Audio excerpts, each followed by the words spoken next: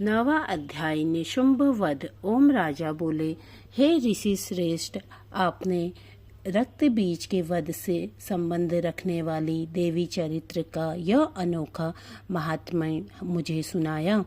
रक्त बीज की मृत्यु के बाद शुंभ निशुंभ दैत्यों ने क्या किया, यह मैं आपसे जानना चाहता हूँ। ऋषि बोले, रक्त बीज के मारे जाने पर शुंभ निशुंभ क्रोध में भर गए। दैत्यों की प्रधान सेना को लेकर निशुंभ देवी से युद्ध करने आया।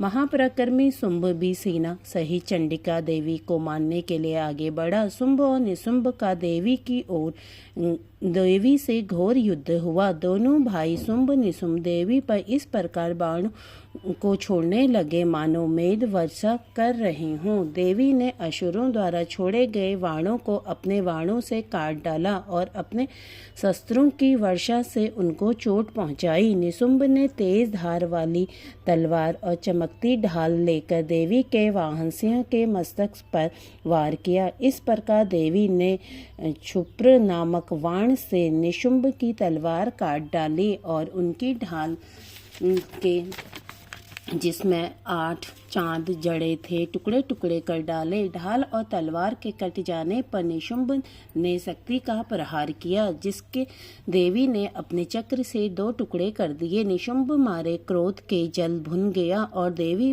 पर शूल से वार किया, परंतु देवी ने अपने मुक्के से शूल को चूर चूर कर डाला। इसके बाद देवी पर उसने गदा से प्रहार किया। देवी ने त्रिशूल से गदा को काट दिया। अब वह फरसा लेकर देवी की ओर लपका। देवी ने अपने तीखे बाणों से घायल कर दिया। अपने भयानक पराक्रमी भाई निशुंभ को घायल हो जाने पर शुंभ क्रोध में भर गया और देवी अंबिका को मारने के लिए दौड़ा।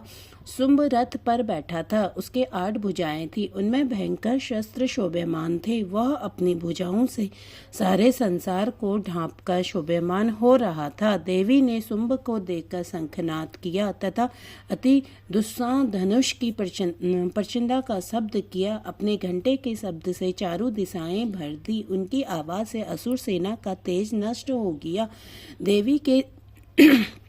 देवी के सिंह भी अपने दहाड़ से, जिसे सुन बड़े बड़े बलवान का मदचूर हो गया। आकाश पृथ्वी 10 दिशाओं को परिपूर्ण कर दिया। इसके बाद आकाश में उछलकर काली ने अपने दांतों तथा हाथों को जमीन पर पटका और इसका ऐसा करने से ऐसा शब्द उत्पन्न हुआ, पहले की सारे शब्द शांत हो गए। शिवदूती ने असुरों से भय उत्पन्न करने के लिए अट्टहास किया। उसे सुनकर सब राक्षस घबरा उठे। शुंभ क्रोध में भर गया। देवी अम्बा ने शुंभ से कहा, अरे दुष्ट, खड़ा रहे। इस पर आकाश से सभी देवताएं जय हो बोल उठे।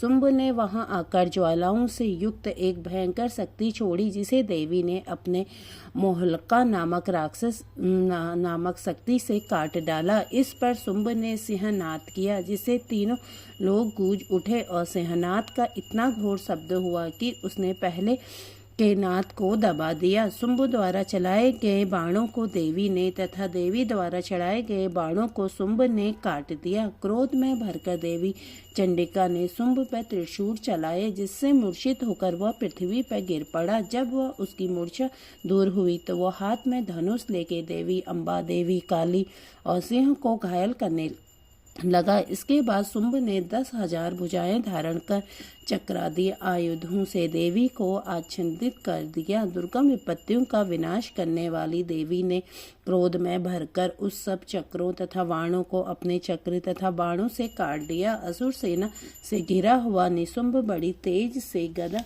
लेकर देवी पर लपका। निशुंभ के आते ही देवी ने छींधार वाले खं से उनकी गदा को काट डाला। अब निशुंभ ने त्रिशूल लेकर आक्रमण किया तो देवी दुर्गा ने वेग से अपने शूल से निशुंभ का वृक स्थल छेद डाला। शूल से विदीर्ण हो जाने पर निशुंभ की छाती से एक दूसरा महाबली एवं पराक्रमी पुरुष खड़ी रहो कहता हुआ निकला। उसको देखकर देवी ने बड़ी जोर से ठहाका लगाया। फिर वह निकलने ने भी नहीं पाया था कि देवी ने उसका सिर काट दिया। सिर के करते ही वो पृथ्वी पर गिर पड़ा। इसके बाद दहाड़ का असुरों का भक्षण करने लगा। काली और शिवदूती भी राक्षसों का रक्त पीने लगी। कौमारी की शक्ति ने कितने ही महादैत्य नष्ट हो गए। ब्रह्मा जी के कमंडल के जल से कितने ही असुर समाप्त हो गए।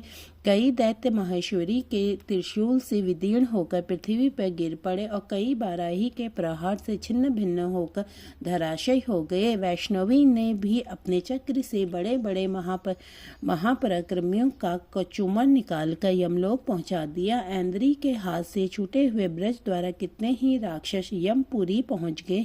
कितने ही राक्षसों को काली, शिवदूती और सिंह ने भक्षण कर दिया। बोलो जय दुर्गे मैया की जय।